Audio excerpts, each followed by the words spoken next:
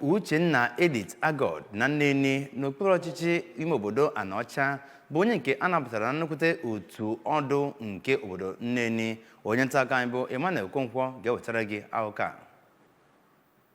Bụ na wee tozuo oke iwere ya bụ echichi iso n'otu ọdụ n'ala Igbo, ọ ga-abụ nnọọ onye na-ekwu eziokwu, onye na-ahụ n'anya ma na-akwado ezinụlọ ya nakwazi obodo n'ebe ọ dị ukwuu. Ihe ndị a niile bụzi nke ahụrụ n'ime ya bụ Oriaku Agurd, nke meziri eji wee chie ya bụ echichi ma nyekwezie ya aha echichi ịyọm nke m ji aka. Ka ọ na-agwa ndị ABS okwu ngwa ngwa echichere ya bụ echichi, Oriaku Agurd, onye nyere aha echichi ịyọm nke m ji aka, gosipụtara afọ ojuju nakwazi obi aṅụrị o nwere na ya bụ echichi echiri ya, nke ọ kọwara na o nwere mkpebi iwere ya bụ echichi n'ihi ịhụnanya o nwere wee nye omenala na ejirimara ndị Igbo, ebe ọ kpọkụziri ndị Igbo n'uju, ọkachasị ndị na-agbara omenala na ejirimara Igbo ọsọ, ka abụ nnọọ ndị ga-agbanyesi ike gbakọta ọnụ ma makụọ ejirimara ndị Igbo, nye ya nkwado kwesịrị, ebe ọ kọwara na omenala Igbo bụ ejirimara ndị Igbo.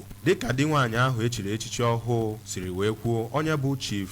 Okechinyelugo Agurd, nwunye ya bụ ịyọm nke nji aka, bụ nnọọ onye tozuru oke ebe ọ dị ukwuu iwere ya bụ echichi e nyere ya, ebe ọ kọwara nwunye ya nke m ji aka dịka ngozi nye ezinụlọ ya nakwazi ọrụ obodo niile, ma na-enyekwaziri ndị mmadụ aka n'ụdị dị iche iche. N'aka nke ha, ụfọdụ n'ime ndị enyi nakwazi ezinụlọ ya bụ ịyọm nke m ji aka, ndị gụnyere Maazị Ken Michael, nwunye ya bụ ọkaikpe Fortune Michael, nakwazi onye na-achọ ịbụ ọkammụta bụ Oriakụ Amaka Akudo, kenere nnọọ Chineke maka ya bụ echichi Oriakụ Agurd chiri, ma kwue na ọ bụ nnọọ nke o tozuru oke ichi dịka ihe ọma dị iche iche o mere n'obodo na-agbara ya akaebe, ebe ha kpeziri ekpere ka Chineke gaa n'iru gozie ya, gozikwa ezinụlọ ya, ma gosipụta olileanya ha nwere na ya bụ echichi echiri Oriakụ Agurd ga-akpanye mmụọ ya ịga n'iru lụọ ọrụ ebere dị ukwuu karịa ka ọ na-alụ na mbụ site na Nneni nke dị n'okpuru kansụl Anaọcha. Abụ m